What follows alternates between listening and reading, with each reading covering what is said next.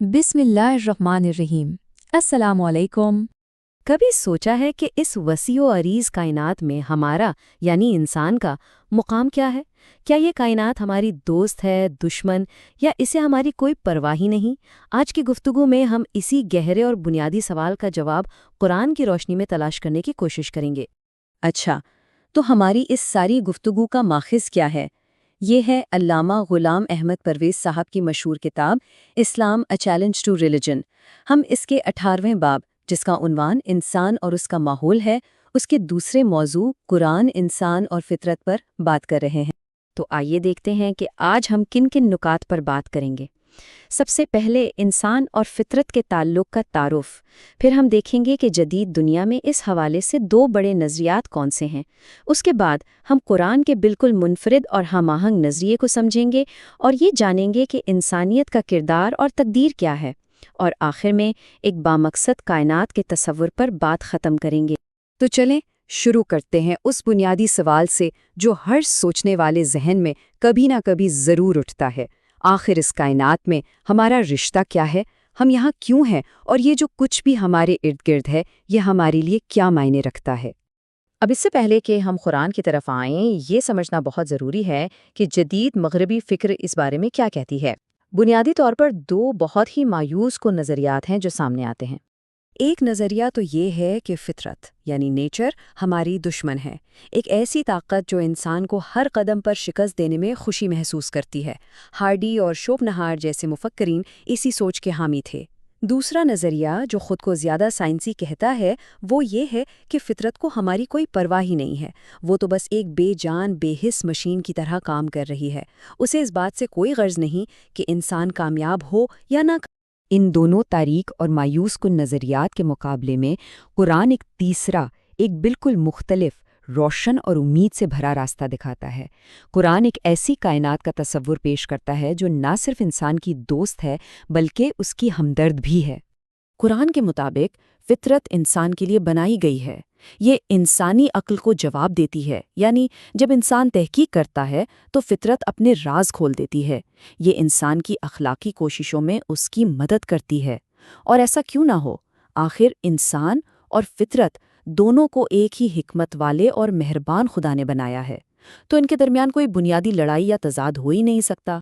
इस तसव्वुर की बुनियाद कुरान की इस आयत में मिलती है जहां अल्लाह ताला फरमाता है, तर्जुमा है, और उसने सूरज और चांद को तुम्हारे लिए मुसख्खर कर दिया है, जो मुसलसल चल रहे हैं, और रात और दिन को भी तुम्हारे काम में लगा दिया है। यहाँ जो लफ्ज़ इस्तेमाल हुआ है सखरा, यानी तस्खीर करना, इसका मतलब ग़ुलाम बनाना नहीं, बल्कि इसका मतलब है किसी चीज़ को एक ख़ास कानून और मकसद के तहत किसी की खिदमत में लगा देना। यानी ये कायनाती क़ुव्वतें इंसान की खिदमत के लिए काम कर रही हैं। और ये बात सिर्फ सूरज चांद तक महदूद नहीं है। कुरान इस दायरे को मज़ीद वसी करता है और कहता है, यानी और जो कुछ आसमानों में है और जो कुछ ज़मीन में है, सबको अपनी तरफ से तुम्हारे लिए मुसख्खर कर दिया है। लेकिन आयत का आखिरी हिस्सा बहुत अहम है। बेशक इसमें गौर व फिक्र करने वालों के लिए निशानियां हैं।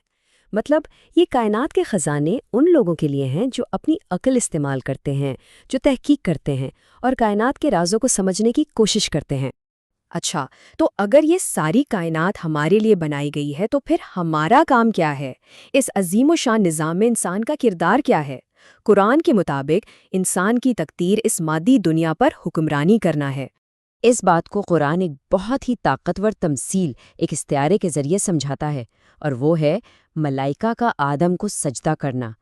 यहाँ मलाइका से मुराद कायनात की तमाम क़ुव्वतें हैं, हवा, पानी, आग, कशिश सकल, सब कुछ। और आदम पूरी इंसानियत की अलामत है।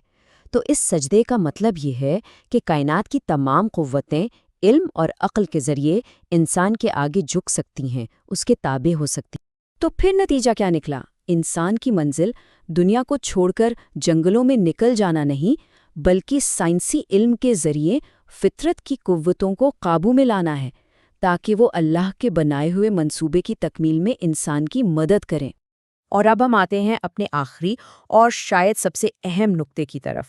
ये दुनिया, ये कायनात जिसमें हम जी रहे हैं, क्या ये वाकई हकीकी है या ये सिर्फ एक धोखा है, एक ख्वाब?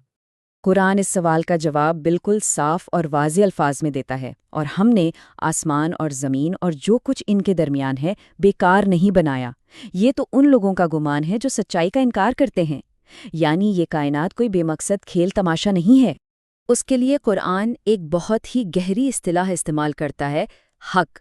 حق کا مطلب صرف سچ نہیں ہوتا، اس کا مطلب ہے ایک ایسی حقیقت جس کی ایک ٹھوس، ناقابل تردید بنیاد ہو اور جس کا ایک عظیم مقصد ہو۔ قرآن بار بار کہتا ہے کہ اللہ نے کائنات کو بالحق، یعنی ایک اٹل حقیقت اور ایک سنجیدہ مقصد کے ساتھ پیدا کیا ہے۔ آپ اس سلائیڈ پر یہ فرق واضح طور پر دیکھ سکتے ہیں۔